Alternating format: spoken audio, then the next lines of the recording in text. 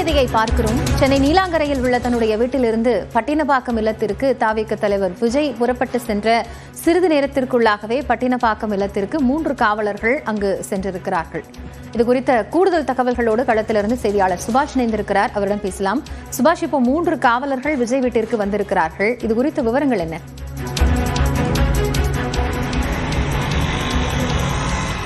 தமிழக வெற்றி கழக தலைவர் விஜய் கரூரில் நடந்த அந்த அந்த கூட்ட நெரிசலில் சிக்கி 41 பேர் இறந்திருக்கிறார்கள்.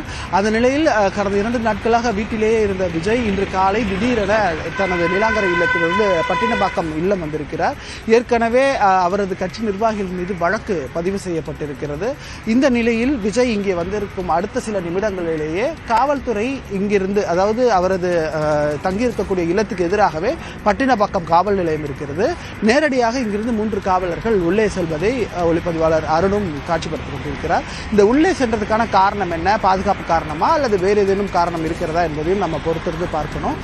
மிக முக்கியமாக அவருக்கு ஏற்கனவே அச்சுறுத்தல் இருக்கக்கூடிய சூழ்நிலையில் அவரது வீட்டிற்கு கூடுதல் பாதுகாப்பு நேற்றைய தினம் போடப்பட்டது.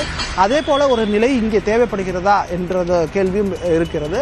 இது ஒரு ஹை செக்யூரிட்டி ஏரியா அப்படின்னு சொல்லலாம். ஏன்னா இது பன்னோக்கு அடுக்காக கொண்டிருக்கக்கூடிய ஒரு உயர்தர கட்டிடமாக அவர் இருக்கக்கூடிய பட்டினப்பாக்கம் இல்லமானது இருக்கிறது.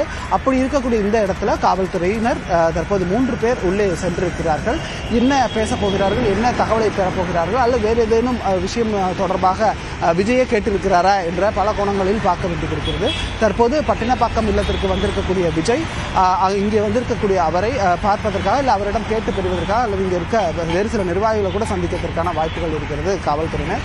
தற்போது பட்டினப்பாக்கத்திற்கு 3 காவலர்கள் செல்வதை காட்சிகளாக நம்மால் பார்க்க முடிகிறது.